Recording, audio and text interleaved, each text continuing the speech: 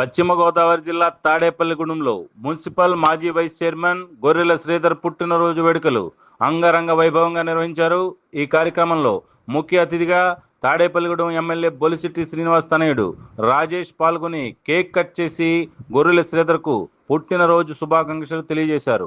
అనంతరం తాడేపల్లిగూడెంలో సుమారు 1500 మంది ఆటో కార్మికులకు షర్ట్లు పంపిణీ చేశారు. గొర్రెల శ్రీధర్ తాడేపల్లిగూడెంలో ఎన్నో సేవా కార్యక్రమాలు నిర్వహిస్తున్నారని, ఆయన మరిన్ని ఉన్నత పదవులు పొందాలని మనస్ఫూర్తిగా కోరుకుంటున్నానని రాజేష్ అన్నారు. ఈ కార్యక్రమంలో కూటమి నాయకులు దినేష్ యాదవ్, ఎంట్రపాటి రాజు, గొర్రెల శ్రీధర్ అభిమానులు, తెలుగుదేశం కార్యకర్తలు పాల్గొన్నారు.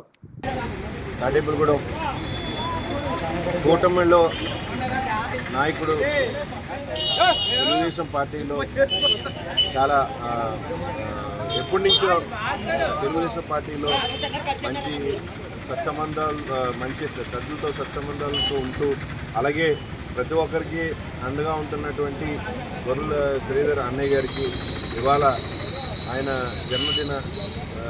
జన్మదినాన్ని పురస్కరించుకుని ఇవాళ ఇక్కడ ఆటో యూనియన్స్ అందరికీ కూడా ఆయన తరఫున ఈ ఏదైతే వాళ్ళకి రోజు వేసుకోవాల్సిన హాకీ షర్ట్ ఏదైతే అవసరం ఉందో దాన్ని ఇవాళ ఆయన ఇక్కడ ఇవ్వడం జరిగింది, స్పాన్సర్ చేయడం జరిగింది. వారందరికీ కూడా చాలా అండగా ఉంటాడు ఎప్పుడు.